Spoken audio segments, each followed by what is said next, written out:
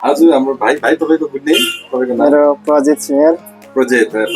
हजुर प्रजित भाइले यहाँ फोन लिनु भएको छ हजुर उहाँले लानु भएको छ यहाँ हाम्रो पोकोको C75 5G अनि